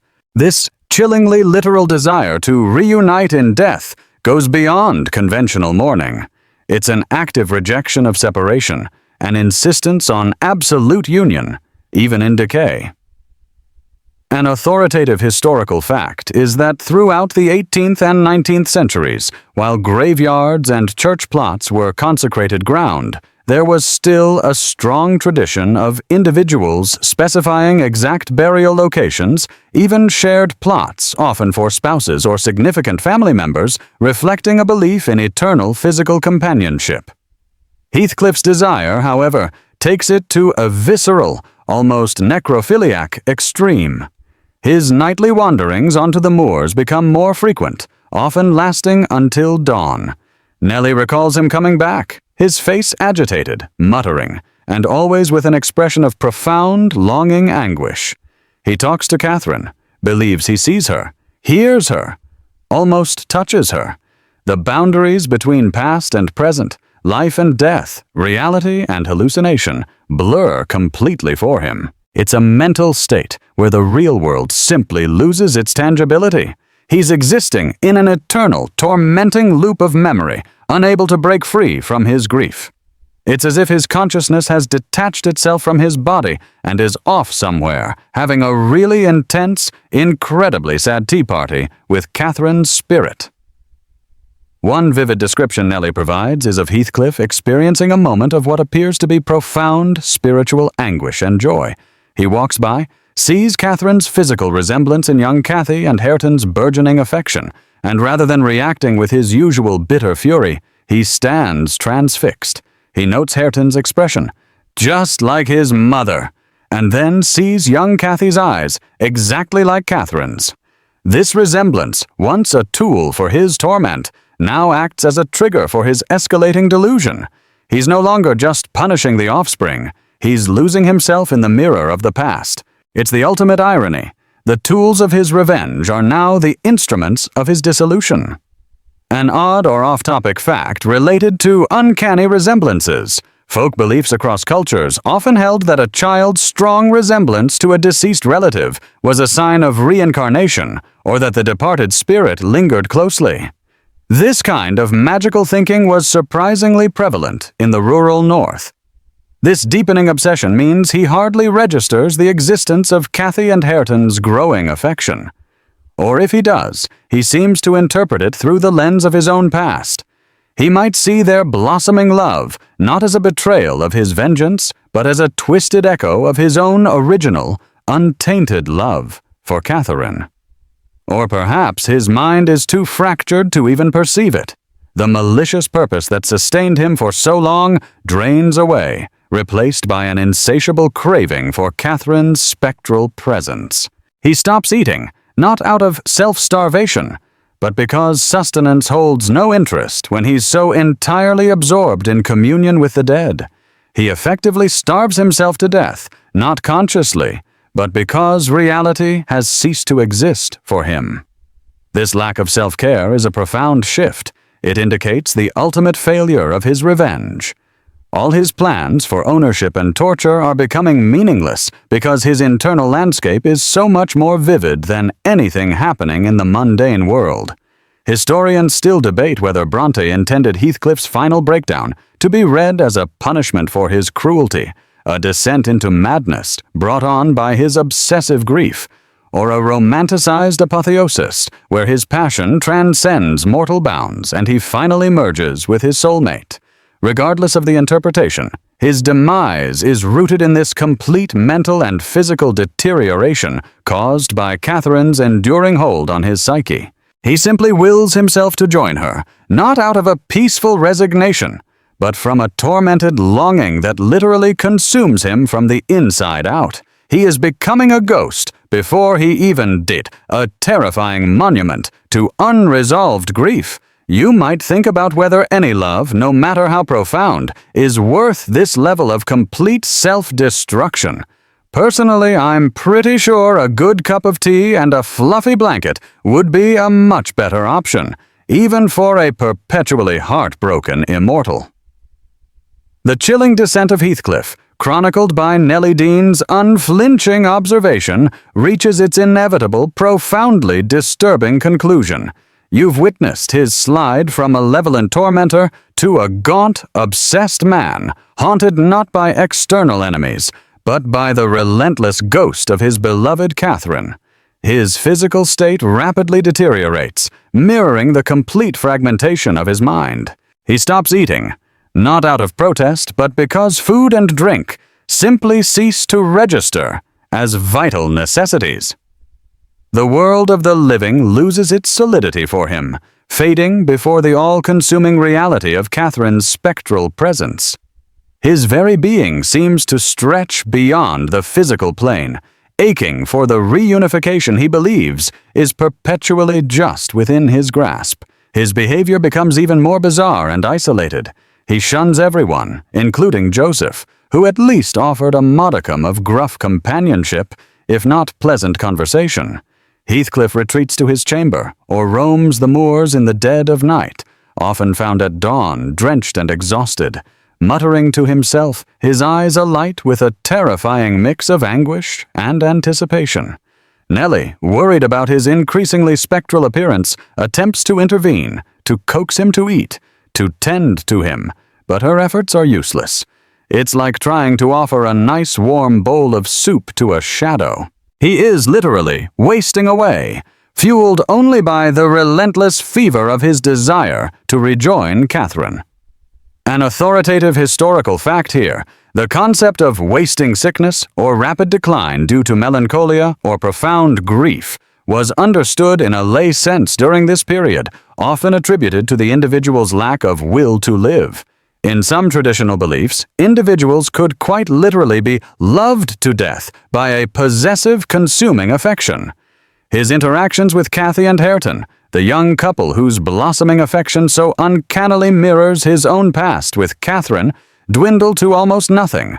If he does engage with them, it's not with his usual cruelty, but with a strange, detached curiosity.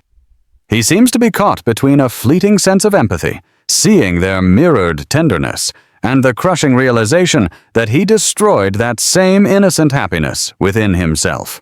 He recognizes Catherine in Cathy's face, her fiery spirit tempered by Edgar's gentleness, and the familiar spark he sees is unsettling. He watches Hareton's burgeoning literacy and pride with a vague amusement, almost as if he finds himself watching an old forgotten play of his own youth, playing out with different actors. An odd, off-topic fact to consider about psychological states. During the time Bronte was writing, rudimentary psychology was just beginning to emerge, with some physicians debating how extreme emotional states could directly manifest in physical decline, a precursor to our understanding of psychosomatic illness. It's possible he was, to put it mildly, having an extreme case of, "It's not you, it's me."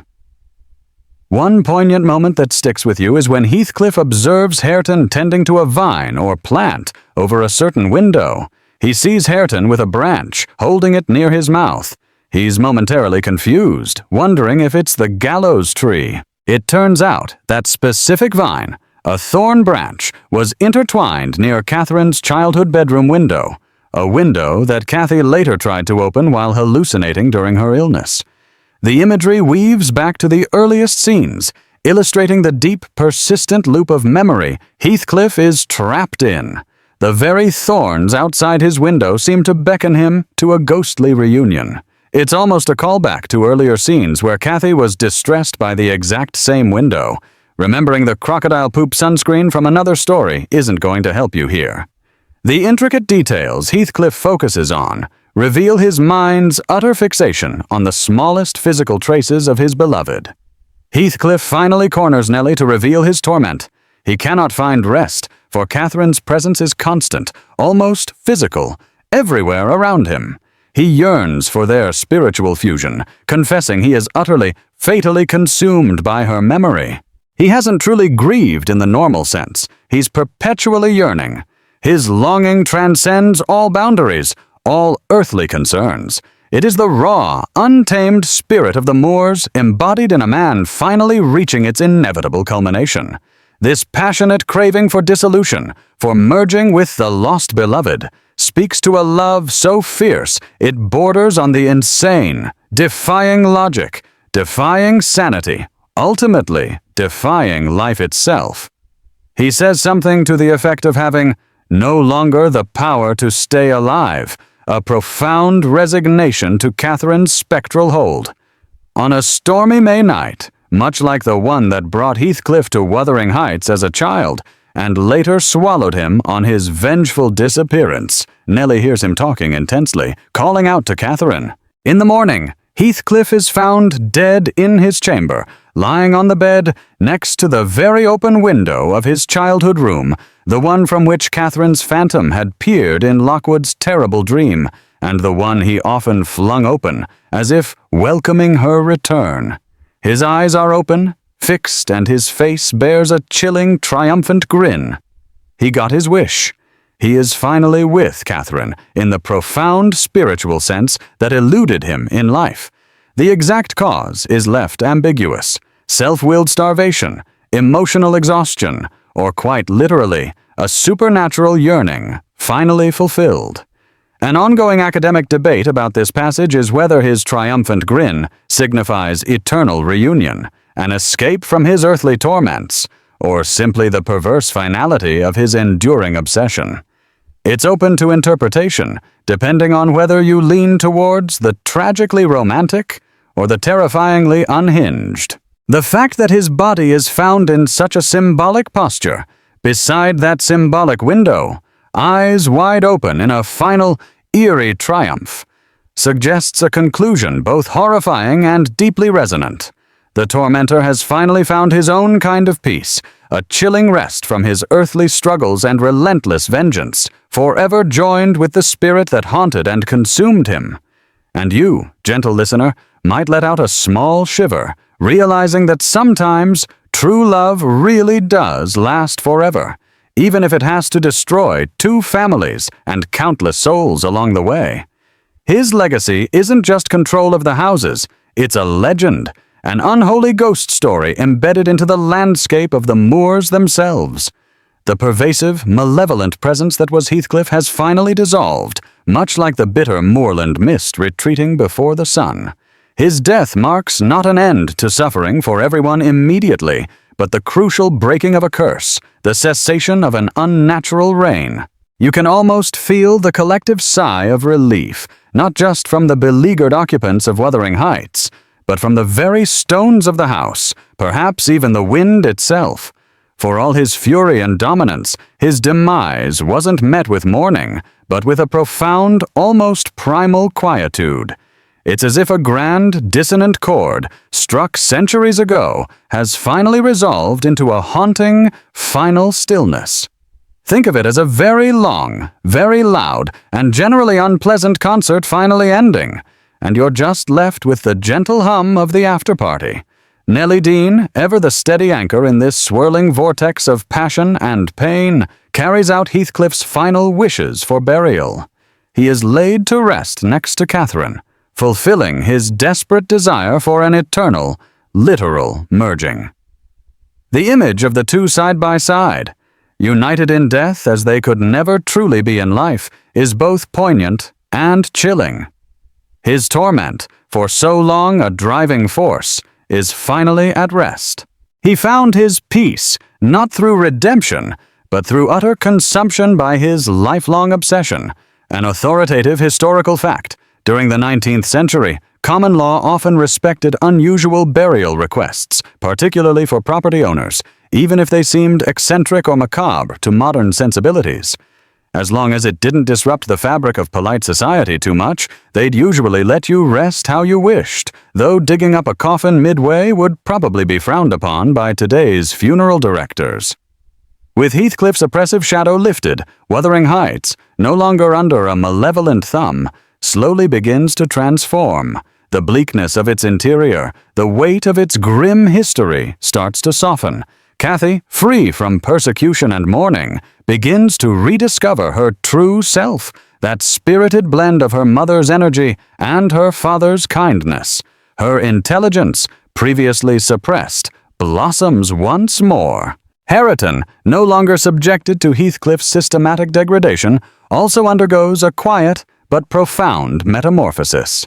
The ingrained rudeness, the surly defense mechanisms, begin to recede, revealing the loyal, affectionate man underneath.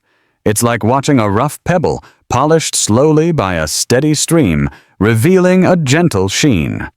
Their growing affection, previously a defiant spark under Heathcliff's watchful eye, now flourishes in the open.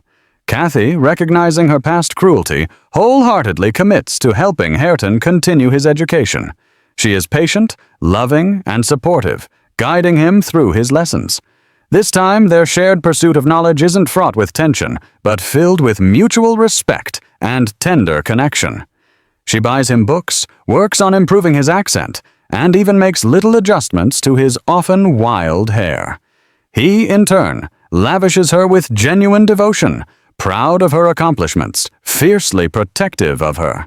It's the antithesis of Catherine and Heathcliff's love, less a consuming fire, and more a steady, gentle hearth.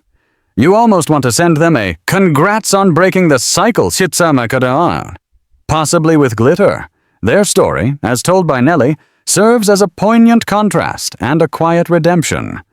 Where Catherine and Heathcliff's passion was destructive and possessive, Cathy and Hareton's love is rooted in understanding, growth, and reciprocal nurturing.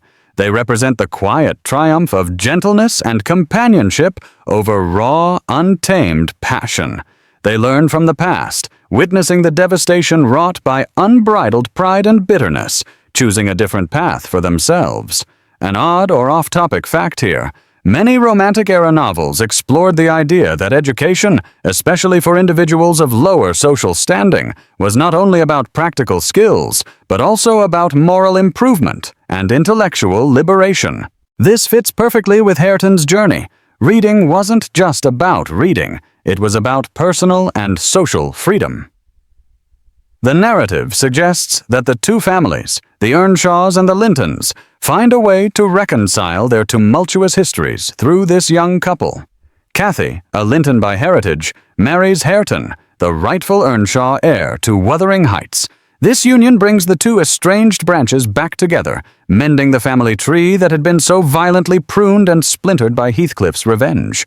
The houses themselves, Wuthering Heights and Thrushcross Grange, though the latter now belongs to Hareton through Cathy, can now rest under a banner of peace and continuity.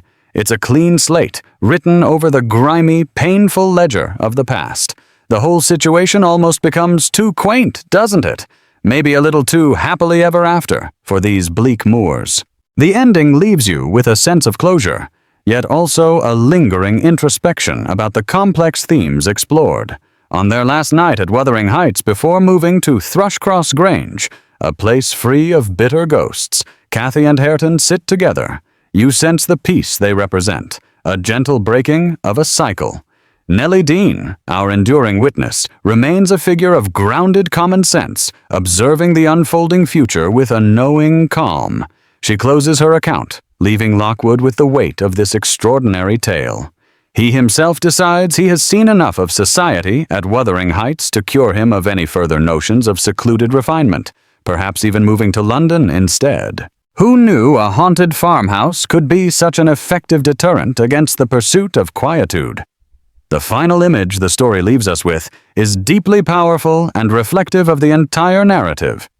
Nellie recounts visiting the graves of Catherine, Edgar, and Heathcliff, all resting side by side on the lonely, windswept moorland churchyard. She reflects that often locals say they see Heathcliff and Catherine's spirits wandering the moors together, unburdened by their earthly torments. Historians still debate the ambiguity of this ending. Does the vision of their lingering ghosts suggest a continuing tragedy, their love too potent for even death to contain? Or is it a final, almost mythical reconciliation, an acknowledgement that their tumultuous spirits found peace only when fused together in eternity? Perhaps it's just the moors doing their thing, creating haunting figures from the mist. What is clear, however, is that while one cycle of pain concludes, the raw power of nature and the echoes of profound, destructive passion will forever linger in the landscape, a reminder of the unforgettable story of Wuthering Heights. And as the last embers of our story fade, you can perhaps, finally, feel a hint of rest in this strange, beautiful, and deeply human tale. As the distant echo of Emily Bronte's wild, passionate tale fades, settle deeper into the warmth of your covers. We have journeyed through the fierce heart of the Yorkshire moors, a place where love twisted into obsession and vengeance consumed entire lives. It's a reminder that beneath the polite veneers of Victorian society, human emotions raged with a primal, untamed force from Mr. Lockwood's blundering introduction to Nellie Dean's steady narrative voice. We traced the devastating lineage of Heathcliff's desperate love and Catherine's fateful choices, watching their choices scar generations like raw, open wounds. We saw the rise of a relentless, tormented villain bent on an agonizingly slow and comprehensive retribution, pulling apart families, lives, and even the very spirit of his victims. Yet, amidst the desolate grandeur of the heights, a different kind of tenderness managed to bloom, quietly, resiliently. The burgeoning love between Cathy and Hareton, born from mutual learning and acceptance, became a testament to forgiveness and enduring hope, a soft promise of renewal that finally broke the suffocating cycle of pain that had gripped Wuthering Heights for so long. Their gentle bond, unlike the tempestuous fire that defined Catherine and Heathcliff, promises a future not of raging storms, but of quiet, settled peace. Now, let the wind whisper its final secrets, let the spirits roam the moors freely, and let the long shadows of the past finally soften into the dawn, drift off into a quiet slumber, free from wild desires and vengeful thoughts, as Wuthering Heights at last finds its own peace.